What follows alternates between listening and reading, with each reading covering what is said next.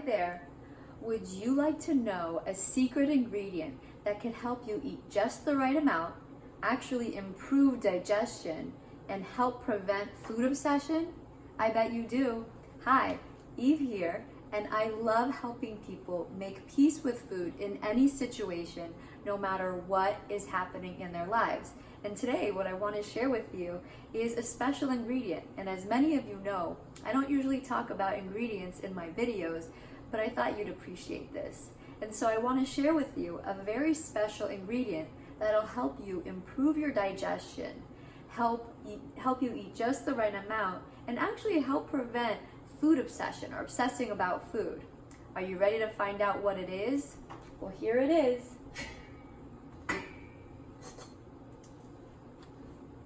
No, don't eat my watch. The tool that I'm talking about, or the ingredient that I'm talking about, is time.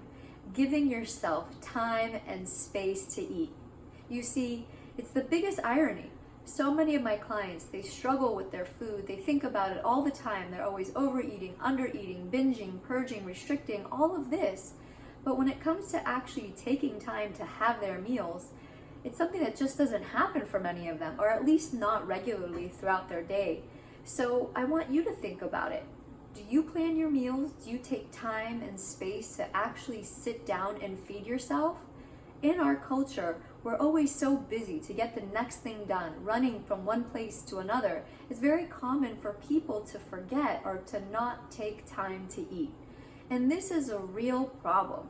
This is a problem because when you don't take time to eat, you're not giving yourself that time to nurture your body.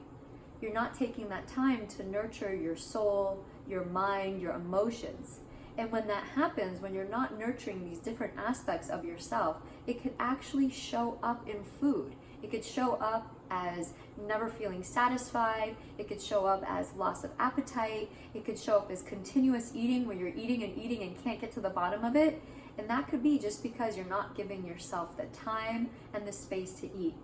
Another reason why it's a problem if you're not giving yourself time and space to eat is because it could be a challenge to get out of your head. Think about it this way.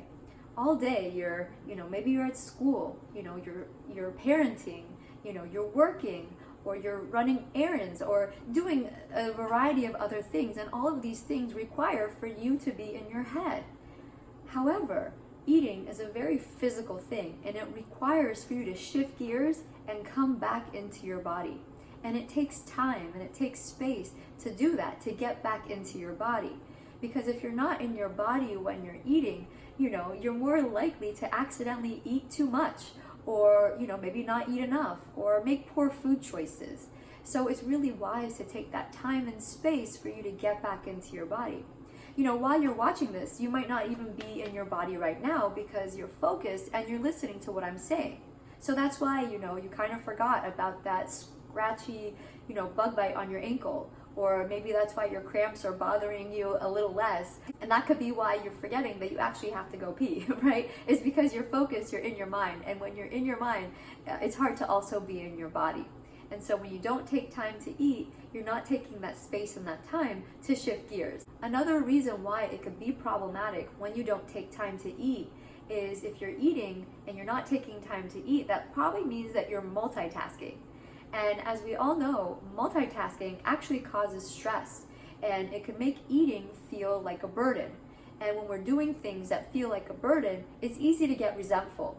And what happens when you mix food and feeding yourself and nurturing yourself with resentment? It doesn't turn out pretty. So that's why it's really important to take that time and that space to eat. I know what many of you are thinking. Well, Eve, I just don't have the time to eat. Well, if you don't take time to eat, you're more likely to overeat or undereat, binge, purge, eat compulsively. So it's kind of like you don't have time to not to take time to eat. I hope that made sense. I hope that came out right. Some of you might be saying, no, Eve, you really don't understand. I really don't have time. My planner is just so packed with appointments and meetings.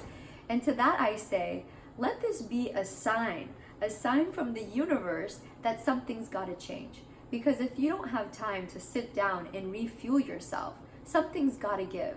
So you could call it a sign from the universe.